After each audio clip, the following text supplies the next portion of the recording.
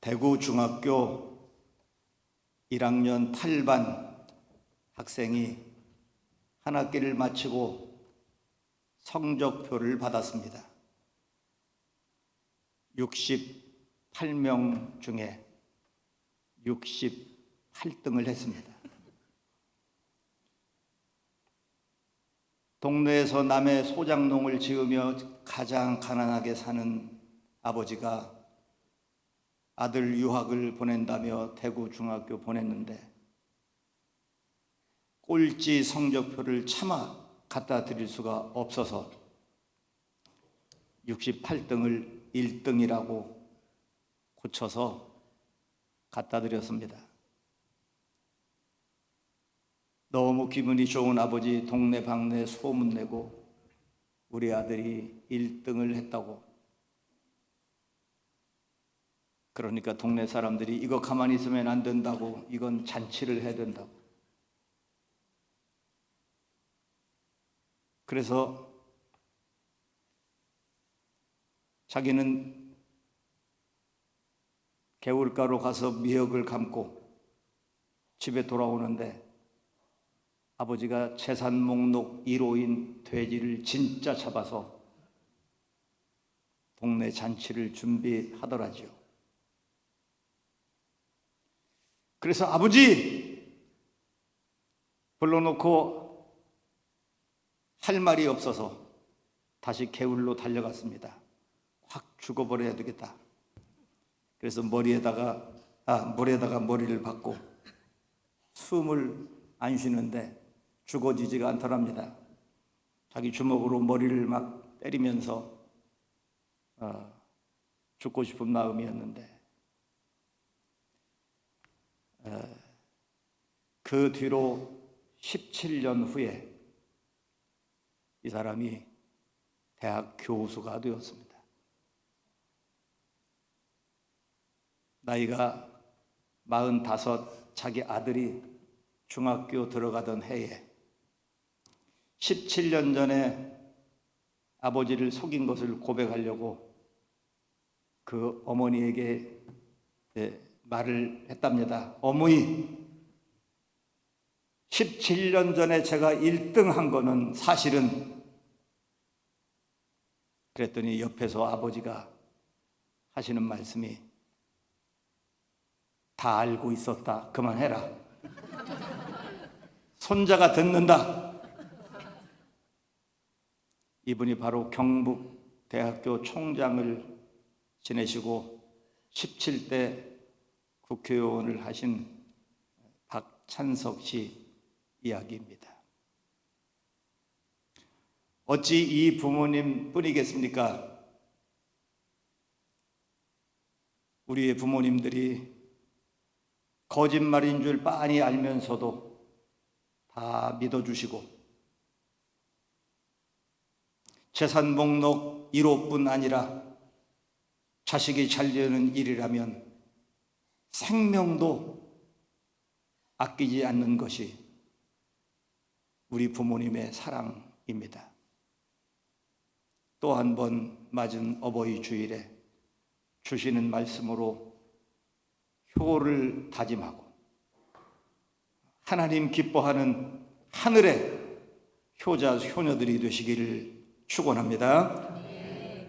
그 첫 번째 하나님의 명령은 너 낳은 아비에게 청종하라 하십니다. 청종하라. 청종이 뭐냐? 잘 듣고 그대로 따르는 것이 청종입니다.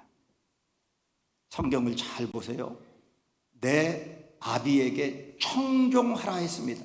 똑똑한 아버지 청종해라. 아버지의 옳은 말씀 청종해라.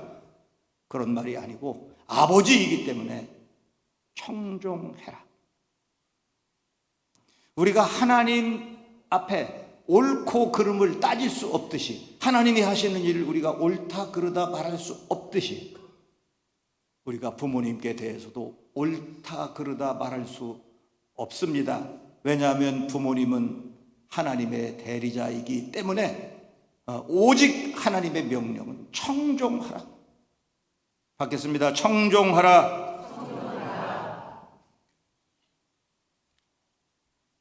심리학에서 오디푸스 컴플렉스라는 말이 있습니다. 그 유명한 심리학자 프로이드의 이론인데요. 아들이 어머니를 좋아하는 마음 때문에 아버지를 증오하고 미워해. 그래서 아버지와 아들의 관계가 갈등 관계, 아주 불편한 관계가 돼요. 또 반대로 엘렉트라 컴플렉스라는 것도 있습니다. 딸이 아버지를 좋아해서 어머니를 경쟁자로 여기고 어머니와 갈등하는 거예요. 같은 이론으로 한 남자를 놓고 시어머니와 며느리가 서로 그 아들을 차지하려고 갈등을 하는, 그래서 많은 경우에 시어머니와 며느리가 서로 불편한 갈등 관계로 살아가고 있습니다. 정신분석학자들의 말이 옳건 그르건 간에 오늘 많은 가정이 아버지와 아들이 불편한 가정이 많고요, 어머니와 딸이 불편한 가정이 많고요, 시어머니와 며느리가 불편한 가정이 많아요. 서로 갈등하는 거예요. 그런데 잘 보세요. 갈등이라고 하는 것은 수평 관계에서 생기는 겁니다. 친구들 간에 갈등이 일어납니다. 왜? 서로 마음에 안 맞으니까. 그래서 친구가 갈등하는 거예요. 수평 관계니까. 그런데 수직 관계는 갈등이 일어날 수가 없습니다. 예를 들어 군대 조직은 수직 관계입니다. 상관은 명령하고 부하는 그 명령에 복종하는 겁니다. 이유 없어요. 군대 갔다 오신 분들 다 아시지만 상관의 명령에 이유 없습니다. 하라면 하는 거예요. 그냥 죽으라면 죽는 거예요. 이유 없어요. 상관의 명령에 복종하지 않고 그 명령이 옳으냐 그르냐 따지는 것을 항명이라고 합니다. 군대에서는 가장 무겁게 다루는 죄가 항명죄입니다. 전시에는 항명죄는 현장에서 그냥 사살해. 그 정도로 아주 군대는 절대 수직관계에 있습니다. 그래서 불합리한 명령을 할 때 부하가 기분이 나쁠 수는 있지만 갈등은 없습니다. 왜? 군대니까요. 상하 관계는 갈등이 없어요. 하라면 하는 거예요. 부모와 자식의 관계는 하나님이 세우신 질서, 이건 수평 관계가 아니라 수직 관계예요. 성경 창세기부터 요한계시록까지 똑같은 이야기예요. 부모는 하나님의 대리자요, 하나님과 같은 존재예요. 그래서 하나님을 부르는 이름 아버지를 육신의 아버지라고 부르는 거예요. 단어가 없어서 아버지라고 부르는 게 아니에요. 하나님의 대리자이기 때문입니다. 그런데 언제부터인가 이 수직 관계가 무너지고 말았습니다. 수평 관계로만 해도 좋겠는데 어떤 사람들은 부모와 자식의 관계가 좋다 자랑하느라고 친구 같은 아버지라고 친구 같은 자식이라고 하는데 이거 아주 잘못된 말입니다. 하나님이 세운 질서는 수직 관계요. 그런데 지금은 수평 관계를 넘어서 역수직이 되었습니다. 지금은. 왜냐하면 자식이 더 똑똑하거든요. 더 많이 배웠거든요. 컴퓨터도 잘하고 영어도 잘하고 세상 밝은 지식이 많거든. 그러니까 부모를 가르치려 해. 청종은 그만두고 아주 부모를 가르치려고 해. 그러니까 이 수직 관계가 역수직이 되고 말았습니다. 그런데 이건 세상이 바뀐 것이지 하나님의 질서는 바뀌지 않습니다. 하나님의 질서는 세상이 바뀌어도 문화가 바뀌어도 바뀌지 않아요. 부모님께 논리 따지고 옳고 그름 따지면 이미 그건 불효고요. 옷 성경은 불효를 넘어서 죄인데 얼마나 이게 큰 죄냐면 아주 이건 죽여 마땅한 죄예요. 좀 너무 살벌하지만 21절 신명기 21장 읽어요. 사람에게 완악하고 패역한 아들이 있어 그의 아버지의 말이나 그 어머니의 말을 순종하지 아니하고 부모가 징계하여도 순종하지 아니하거든 그의 부모가 그를 끌고 성문에 이르러 그 성읍 장로들에게 나아가서 그 성읍 장로들에게 말하기를 우리의 이 자식은 완악하고 패역하여 우리의 말을 듣지 아니하여 방탕하며 술에 잠긴 자라 하면 그 성읍의 모든 사람들이 그를 돌로 쳐 죽일지니 이같이 내가 너희 중에서 악을 제하라 그리하면 온 이스라엘이 듣고 두려워하리라. 아버지 어머니 말 듣지 않고 징계해도 순종하지 않으면 그 자식을 끌고 사람들에게로 나가서 이 자식이 우리 말 안 들었다 부모가 말하면 동네 사람들이 저마다 돌을 들고 나와서 돌로 쳐서 그대로 그냥 생매장을 하는 거예요. 돌무덤을 그대로 만드는 거예요. 그 무덤 그대로 놔두는 거예요. 부모에게 거역하면 불효하면 저렇게 돌무덤 되는구나. 하나님이 정하신 법이에요. 그러니까 구약의 율법대로 하면 우리는 수백 번 벌써 죽었어야 돼. 수백 번 죽었어야 되는데 지금 이렇게 멀쩡하게 살아있는 이유는 두 가지 이유가 있습니다. 한 가지는 우리 부모님들이 이 자식이 나쁜 자식이다. 여기 그랬죠. 이 자식은 우리 말 안 듣는다. 사람들에게 일러 바쳐야 그걸 죽일 수가 있는데 우리 부모님들이 그걸 일러 바치지를 않아요. 응? 뭐 조그만 자랑거리 있으면 동네방네 소문내고 우리 아들이 이렇게 했다, 우리 딸이 이렇게 했다, 우리 며느리 이렇게 했다 그냥 자랑하고 싶어 하는데 자식에게 흠이 되는 불효한 이야기는 이만큼도 누가 알까 봐서 전전긍긍하고 쉬쉬하거든. 그러니까 사람들이 알아야 이걸 돌로 쳐서 죽이는데 사람들이 몰라. 얼마나 불효하는지 몰라. 그래서 우리가 살아있는 거예요 지금. 응? 무슨 영화 옛날 영화 봤죠? 아들의 손에 어머니가 죽어. 그런데 아들의 손톱이 부러져서 땅에 떨어져서 죽으면서 어머니가 그 손톱을 삼키고 죽어. 그것이 증거물이 되어서 아들이 벌 받을까 봐. 이게 어머니들 마음이야. 이게 부모님의 마음이에요. 응? 그래서 구약의 율법대로라면 우리가 벌써 많이 죽었어야 돼. 그런데 살아있는 이유고요. 또 하나는 이제까지는 불효하게 살았어도 이제부터라도 효도해라. 하나님이 주시는 기회를 주시기 때문에 우리가 이렇게 살아있는 겁니다. 이제 얼마일지 모를 우리 부모님께 하나님이 기회 주실 때 효도를 결단하고 하나님이 기뻐하는 자로 부모님 자랑으로 살아가시기를 축원합니다. 두 번째 하나님의 명령은 내 늙은 어미를 경히 여기지 말지니라. 경히 여기는 게 뭐요? 가볍게 여기는 거죠. 함부로 하는 거죠. 1800년대 우리나라의 선교사님들이 처음 오셨을 때 이 어른들을 섬기고 부모님을 섬기는 우리 문화에 이분들이 충격을 받았어요.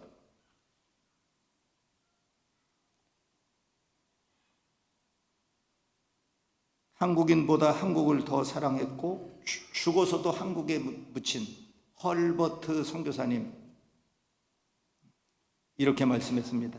이 세상에서 관습적인 노인 복지가 가장 잘 된 나라가 조선이다. 무슨 복지, 사회복지, 노인복지 뭐 말할 것 없어요. 어느 나라 할 것 없이 이런 나라는 처음 봤다는 거지. 깜짝 놀랐다는 거예요. 관습적인 노인 복지가 가장 잘 된 나라 조선. 미국 공사를 역임한 샌즈 회고록에는 이렇게 기록했습니다. 나의 노년을 위해 조선에서 다시 태어나고 싶다.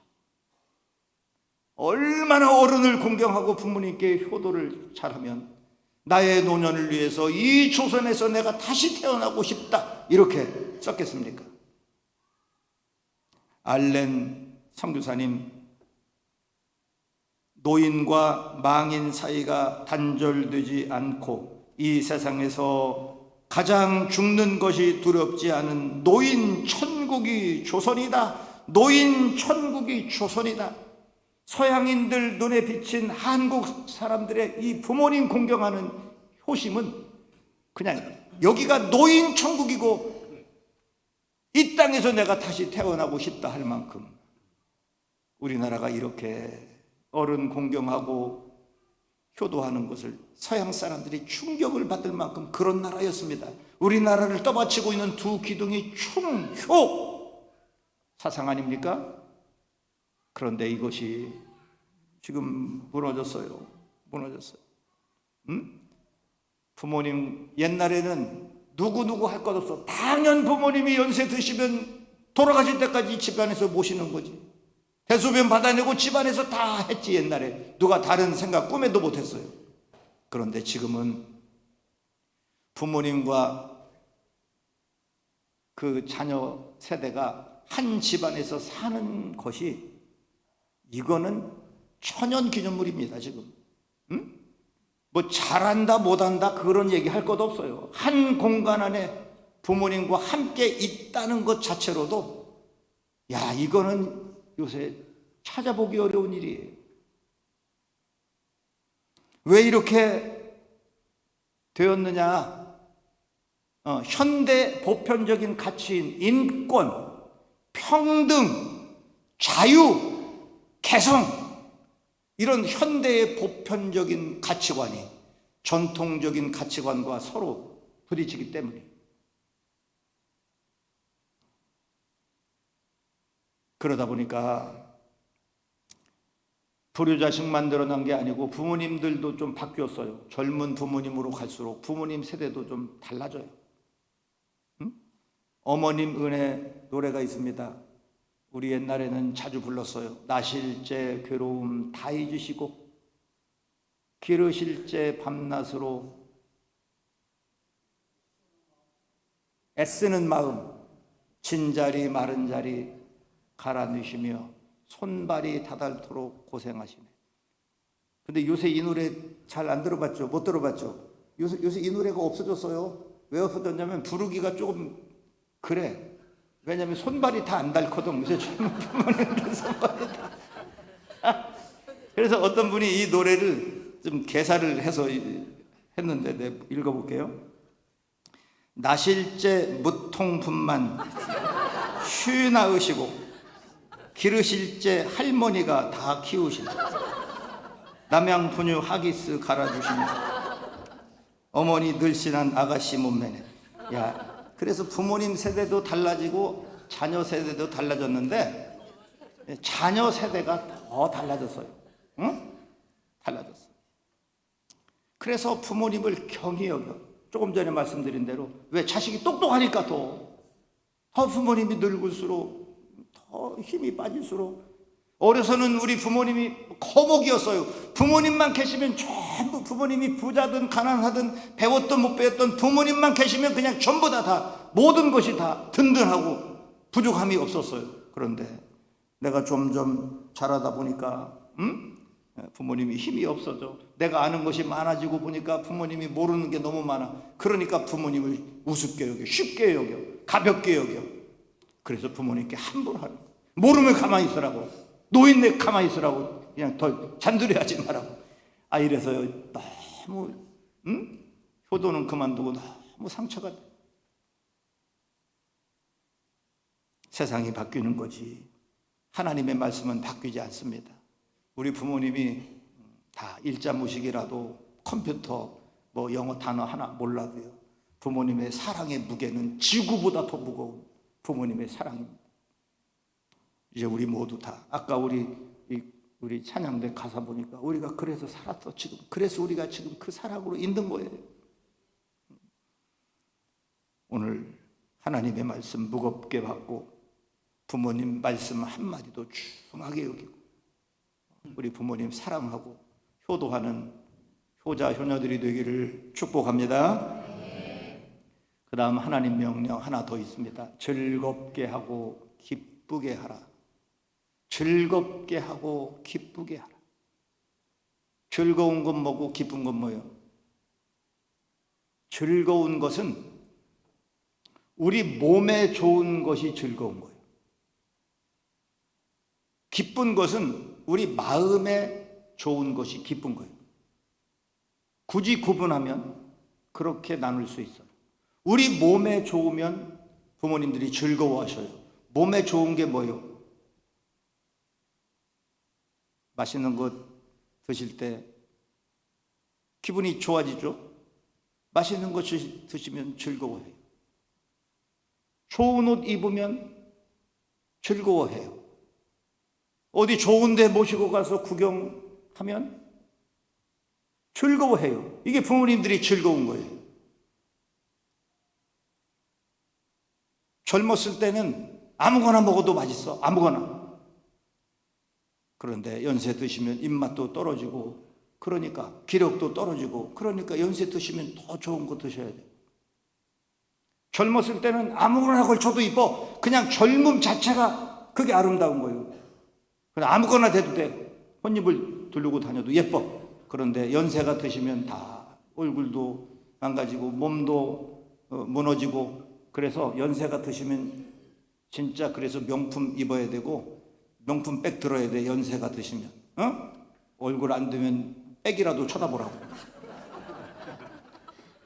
근데 뭐 노인네가 뭐 그런 거 우리가 보통 더 연세가 드실수록 더 좋은 거 더 좋은 거 하셔야 되는데 아주 젊은 사람들 자기는 그냥 무슨 좋은 거 온갖 그리고 마사지 같은 거 젊은 사람이 왜 받아 그걸.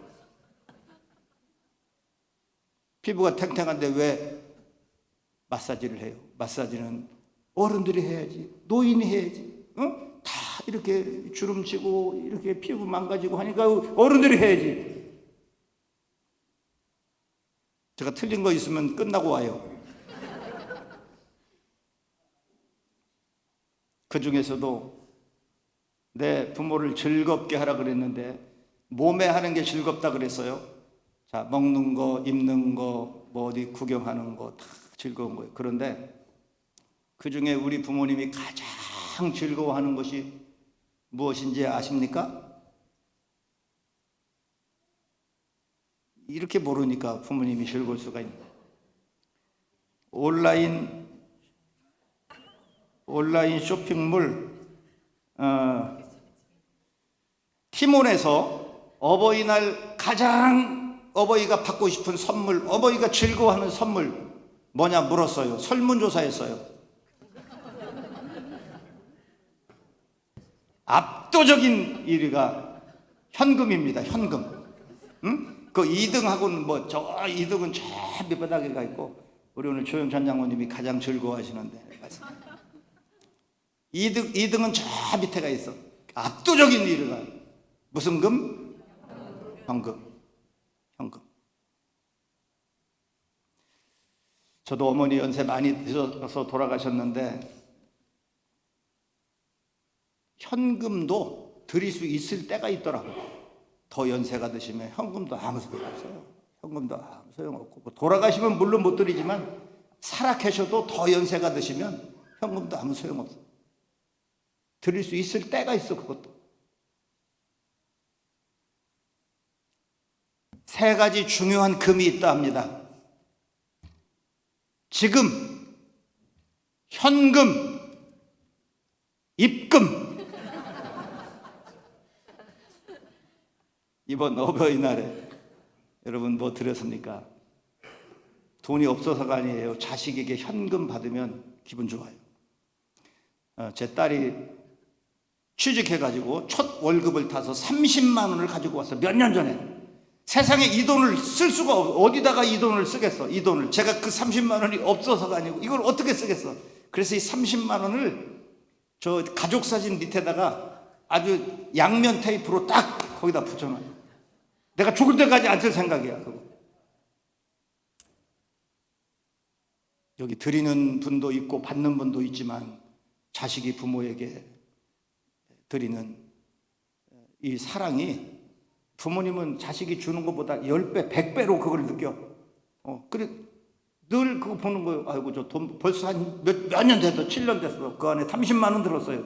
우리 집에 오면 그 있는 줄 알아요.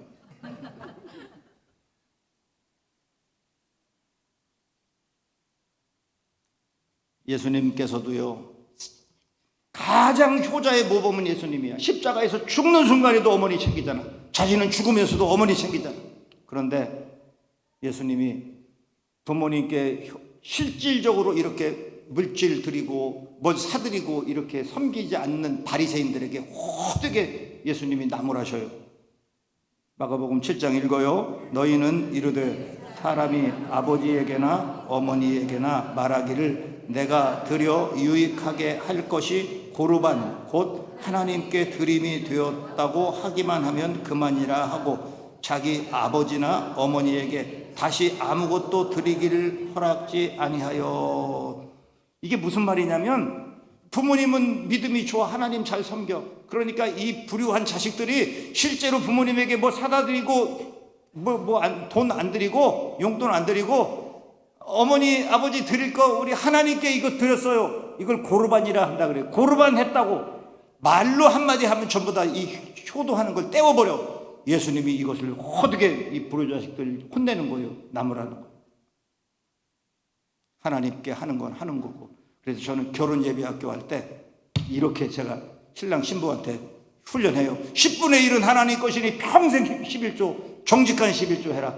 나머지 10분의 1은 부모님의 것이니 그것 반으로 나눠서 나머지 반 이쪽 부모 나머지 반 이쪽 부모 모셔라. 돈이 없어서가 아니라 부모님께 꼭 그렇게 해라. 그러면 하나님이 평생 사는 동안 물질 걱정 안 하게 책임지신다. 제가 이거 성경대로 말하는 거예요. 그래서 우리가 드려야 돼. 이번 어버이날 어떻게 했어요, 여러분? 현금 안 드린 분들은 지금 현금 입금하십시오. 아멘도 안 하네. 이렇게 중요한 얘기하는 거예요. 자, 이렇게 부모를 즐겁게 하라 그랬어요. 몸으로 부모님이 용돈 받으시고 돈이 없어서가 아니라 그랬어요. 이렇게 또 어디 사드리고 이렇게 하는 거, 이게 즐겁게 하는 거예요. 기쁘게 하는 건 뭐예요? 기쁘게 하는 건 마음이 좋은 거라 그랬죠. 무엇 사다 드리는 것보다 훨씬 더 좋은 것이 부모님 마음이 기쁜 거예요. 사다 드리는 것보다 부모님이 더 기뻐하시는 게 뭐냐면 자식이 잘 되는 거예요. 어떤 부모든 똑같아요. 자식이 잘 돼야 돼. 공부하는 자식이 열심히 공부해. 그래서 부모님 갖다 드려봐. 그냥 돼지 한 마리 잡아버리잖아. 재산 1호를 그냥 잡아버리잖아. 이게 부모 마음. 열심히 공부하는 사람은 열심히 공부해. 이것이 부모 기쁜 거예요. 결혼한 사람들 행복하게 사는 거예요. 이게 부모가 기쁜 거예요. 사다 드리는 거 물론 중요하지만 더 기쁜 게 뭐냐? 행복하게 사는 거예요. 결혼시켜도 부모 마음은 조마조마해. 아유, 이것들이 잘 살아야 되는데 조마조마해도 행복한 모습을 보여드려. 그게 부모님 기뻐하는 거지. 회사에서 인정받는 거, 사업하는 사람들 열심히 해가지고 경제적으로 더 나아지는 거, 이게 부모님이 기뻐하는 거예요. 부모님이 그 중에도 가장 기뻐하는 거, 자녀들이 건강해야죠. 그래서 건강 망가지는 거 하면 안 되는 거예요. 그래서 밤에는 자고 절제 있는 생활하고 자기 건강 잘 지키는 거예요. 옛날에는 우리 부모님 세대 유교 사상이지만 이 부모님으로부터 받은 이 신체에 머리카락 하나도 함부로 안 잘랐어요. 그래서 어렸을 때는 댕기머리 따서 뒤로 길게 남자나 여자나 다 들이고 다녔고, 결혼하면 남자는 상투 틀어 올려 여기다 꽂고 다녔고 여자는 머리 감아서 뒤에다가 비녀로 꽂고 다녔어요. 왜? 머리카락 하나도 함부로 자르면 안 되니까. 그래서 건강해야 돼. 부모님께 효도하는 것 제일 중요한 효도, 건강한 것. 우리가 다 어떻게 부모님의 은혜를 말할 수 있겠습니까? 우리가 부모님께 할 수 있는 말은 그냥 한마디요. 딱 한마디. 낳아주셔서 감사합니다. 우리 큰 소리로 낳아주셔서 감사합니다. 더 말할 것 없어요. 뭐 어떻게 해줬네, 뭐 그런 거 우리가 말할 거 없어요. 낳아주셔서 감사해요.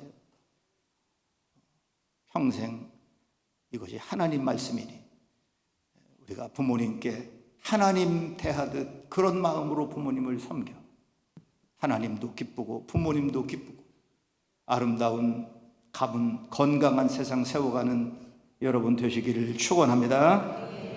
하나님 아버지, 오늘 어버이 주일에 주신 말씀 크게 무겁게 또 하나님 말씀으로 받았습니다. 삶의 자리에 잘 적용하고 실천하여 하늘의 효자 효녀로 살아가게 하여 주옵소서. 예수님의 이름으로 기도드리옵나이다. 아멘.